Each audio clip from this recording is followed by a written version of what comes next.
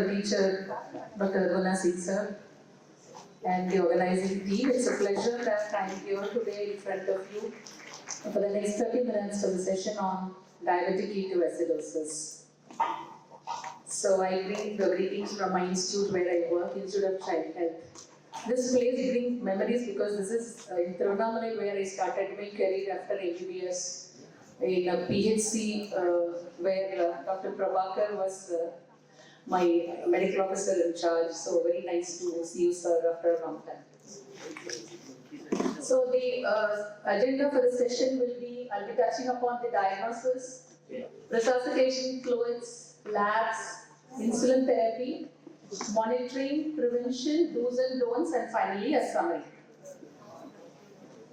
I'll start with a scenario which I had years back, maybe 2 decades back. Still we continue to have children like this. This was a 5-year-old female brought to our emergency, was found to be lethargic, was pink, was tetanic with no retractions, so we identified her to be very sick and triaged her in the ER. And her airway was breathable, her respiratory rate was high for age, but she was saturating normal, which is very typical of an acidotic child. Heart rate was very high for age, she was in shock because her distal pulses were weak. Her capillary refill time was prolonged and her blood pressure was low. She was verbally responsive though lethargic and afebrile. Rightly at that point of time, we had the facility to blood glucose. So the bedside blood glucometer was really, the most important equipment for a sick child.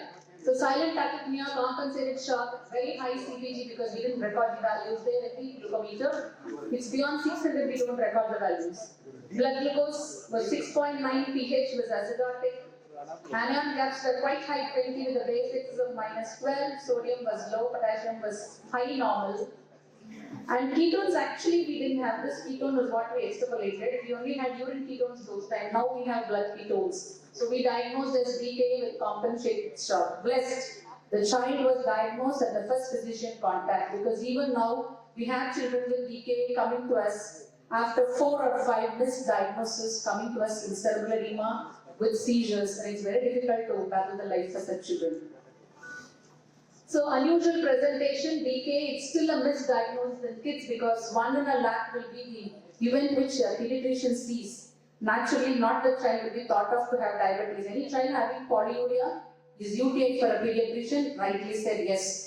It is whether it is polyuria or polyuria is different. We have to go into the depth of the history. Unless we think about it, we will not diagnose. Acute asthma is a different diagnosis. Now we have a child in our ICU who is fighting with DKA cerebral edema, who was treated with nebulization front and back for 48 hours with acidosis without knowing it is DKA. Again, we have presentation as bronchiolitis. The breathlessness without retraction should be the clue. With retraction is a cardiorespiratory problem. Without retraction is acidosis for the undergraduates here. Acute abdomen. Many number of times they present as an acute abdomen. My surgical colleague beautifully said them that it is a hyperglycemic child.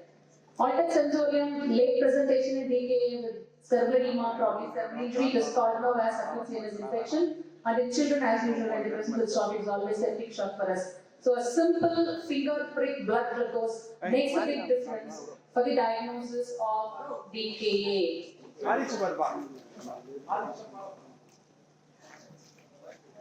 So once we diagnose the management of DKA, it's just protocolized. So that is not a problem. The problem lies in not missing the diagnosis of DKA.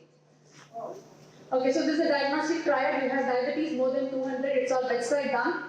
Blood ketones easily available everywhere now. Your blood ketones was more than 3 millimoles. Surrogate will be urine ketones.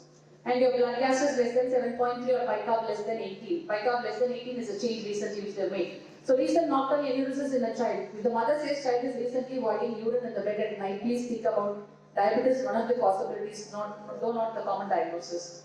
Genital candidiasis in a child or an adolescent is always thought of to be underlying hyperglycemia, so do not send them to a dermatologist for that matter. Recent weight loss, unexplained weight loss, despite the child having good food. That's again a problem one should think of diabetes. Always get a CBG done in a sick child for whom you don't have a diagnosis because DKA will present with a metabolic problem which is not fit to common diagnosis of infections. So please get a blood sugar done, that solves the problem with the diagnosis. So the triad is again you have dehydration due to hyperglycemia, loss of water fluids, fast breathing due to acidosis and ketosis. If it goes beyond that, probably goes into severe injury child present with altered sensorium. Individually, in all the three present, probably you have, probably the point is not working. If individually they all present with dehydration, fast breathing and coma, you have differential diagnosis. But as a combination of all that, the small one in the middle, that is DKA. So you should have all the three components: diabetes, ketosis and acidosis. All the three should be there if you want to diagnose diabetic ketoacidosis. Biochemically, it extrapolates to more than 200 blood glucose, pH less than 7.3, sorry, it is 18, less than 18, and again ketosis. So when you resuscitate shock in DKA, though vessel literature says it's not uncommon, 30 to 40% of children still present with shock. So no more than 2 or 3 boluses. Do not load them because we know cerebral injury is behind us when you treat a child with DKA.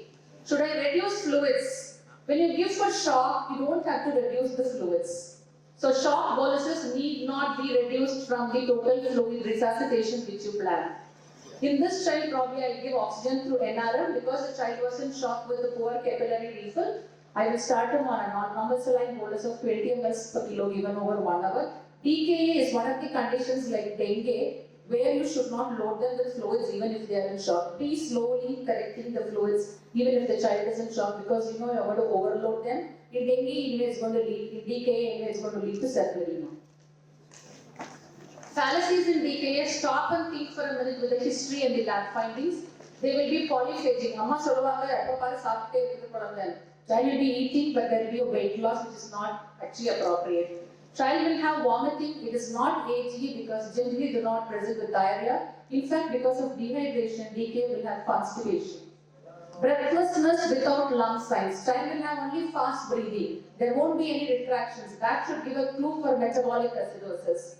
Child will have shock, but when you ask them when was the last void, they say 15 minutes back child voided urine. Child will be dehydrated yet voiding urine. And dehydration may not be obvious because it is intracellular dehydration initially, only subsequently it becomes extracellular.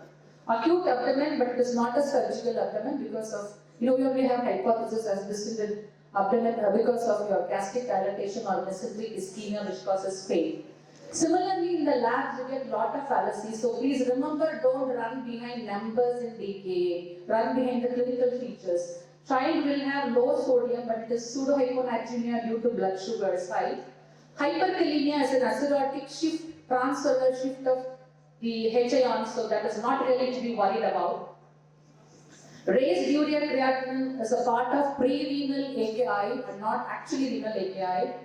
Total counts will be very high. Don't start them on and barge on an antibiotic because they are not suggestive. The stress response to leukocytes. Kidneys may be very high, but it is due to hyperfiltration over a time, not renal cause. Amylase again may be high. Amyl pancreatitis is a part of DKA. They will have acidosis. You will be tempted to give bicarb to do more harm. Please don't touch on bicarb in a child with DKA. Ketonuria will be ongoing. Ketonuria is only for diagnosis. Subsequently, they get excreted over the next 72 hours to 1 week. So don't keep repeating the urine ketones.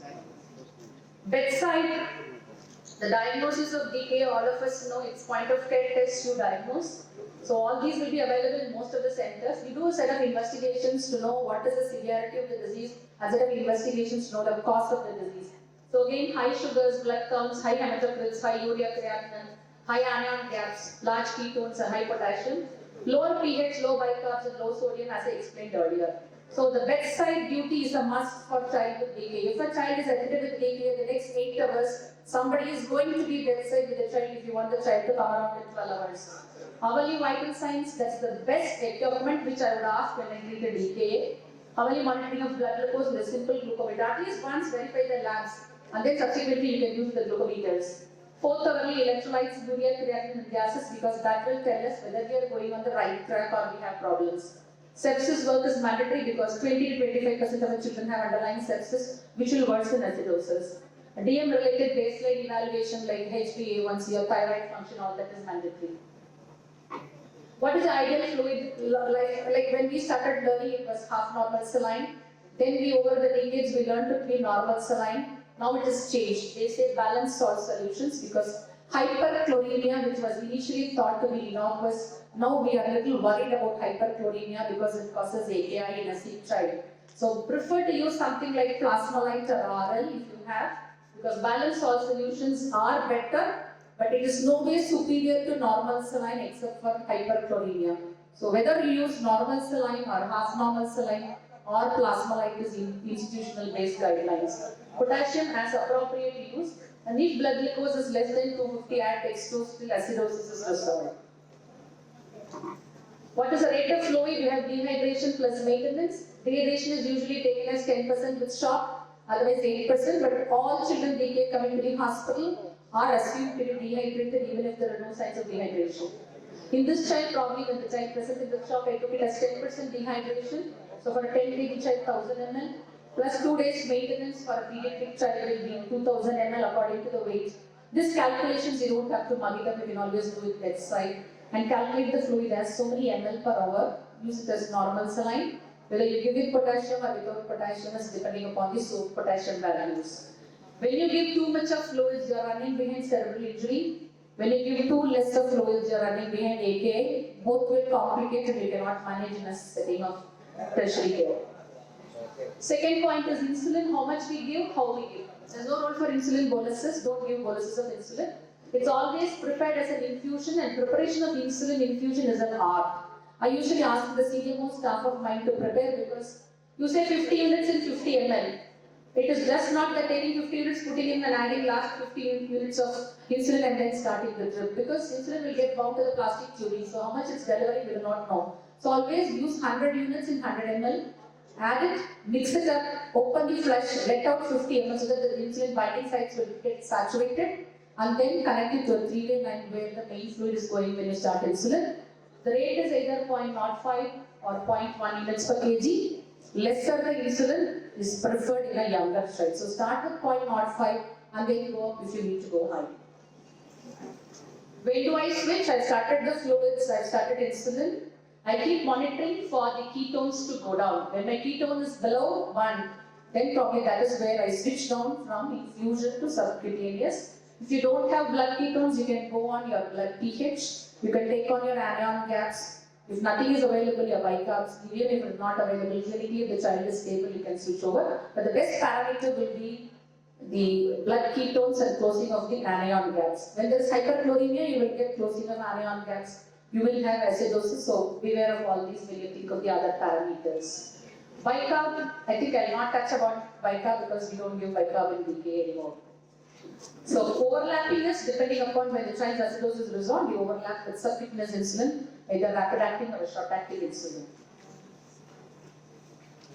De-management of DKA, the success depends on how meticulously you monitor bedside. You don't need any gadgets. Your hands will do, eyes will do. That's it. You look at the pupil, look at the heart rate, respiratory, blood pressure, capillary refill time, and the blood glucose through a glucometer. These 5 monitoring is very important. Pick up cerebral injury early because subtly the children in the first 6 to 8 hours will dip into cerebral edema. Any fall in the sensorium, any fall in the GCS, that is the time you should pick up. When there is bradycardia or hypertension and altered sensorium, my staff nurse will say the child has gone into cerebral edema. We need to pick it up early.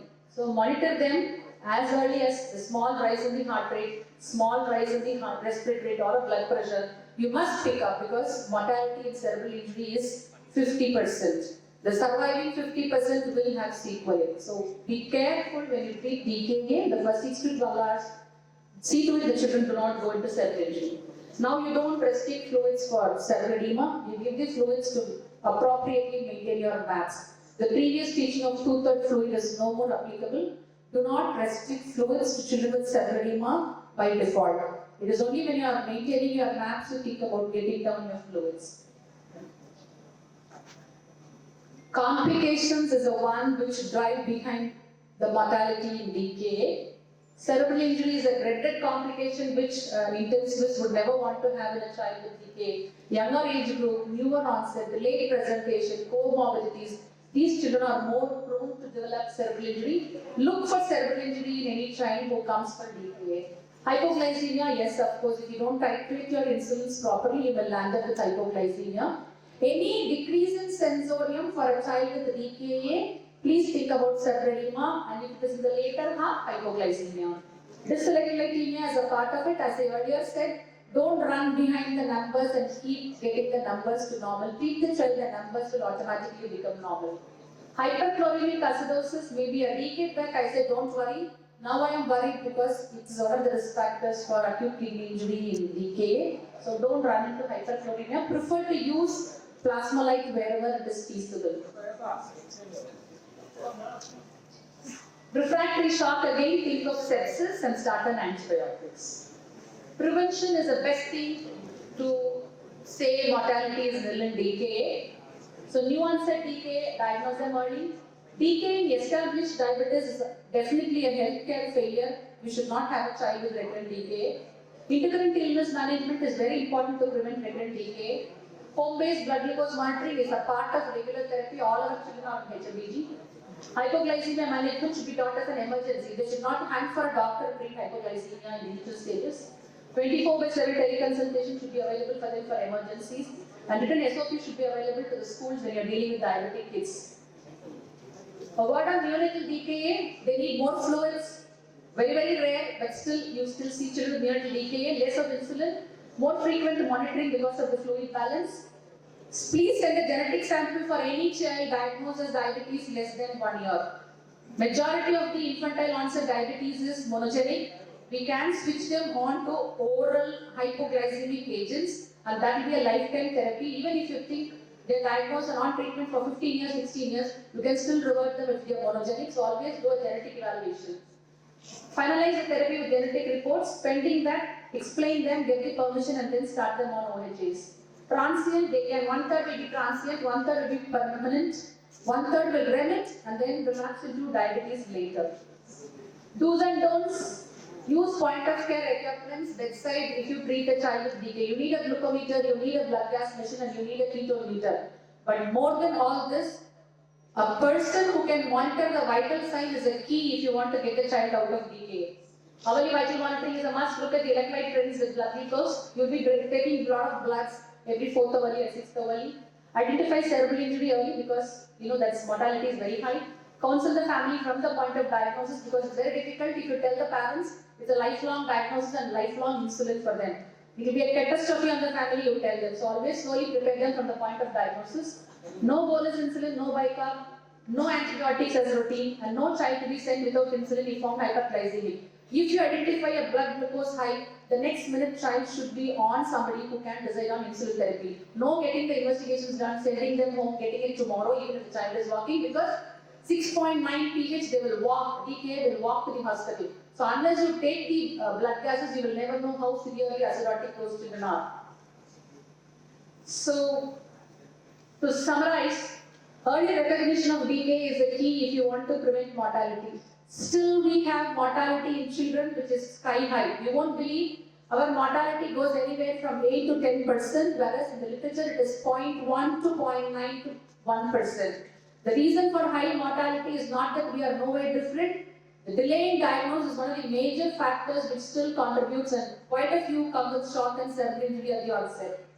Fluids, insulin and monitoring is very, very important. It has to be very stringent to be calculating on the fluids. Follow the lab trends very closely, though you don't have to run behind them. You know whether you are on the right track if you follow them.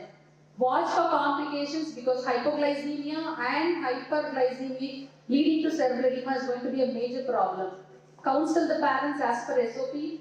And please ensure continuity of care is available. We still have a proportion of children presenting with recurrent DKA, and I think somewhere as healthcare that we have failed in preventing DKA among those children. Prevention of DKA is the best way if you really want to reduce mortality. Before closing, I would like to share the incident. In the last 1 week, we have had 2 children in our ICU. One was 11 years and one was 9 years. The child was roaming around 5 consultations in the past 4 days before coming to us to ICH when the child came in with cardiac arrest. We resuscitated the child. Until then, no point they had a diagnosis of DKA because a simple bedside glucose, which hardly cost 50 rupees or 30 rupees, was not done for a sick child. It was nebulized, hospitalized, given ORS, given IV fluids, given antibiotics, treated as asthma, and then they said the child has hypoxic encephalopathy. Child went into AKA, cerebral injury, was fighting with CRRT, and we lost the child. One is still with us with AKA, again on CRRT. It is very, very difficult. A simple disease like DKA, which you do not diagnose with a simple blood glucose with a glucometer, I think we have to pay a heavy price to save the life of the child. If I can drive the point, for any sick child who is coming to you, you do not have a straight diagnosis, please do a blood glucose. Maybe it is low or high. That will give a clue to you even if you miss your clinical diagnosis to pick up DKA. The treatment of DKA is very simple. Any protocol you open up, they give you what exactly you have to do. That is no deal. But diagnosing a child with DKA is a challenge. If every one of you here in your lifetime do not miss a hyperglycemia or a DKA, I think that is the success of my lecture. So my sincere thanks to my teachers and the diabetic kids and their family, from whom I have learned this far and I have come this far. Thank you very much for listening to me.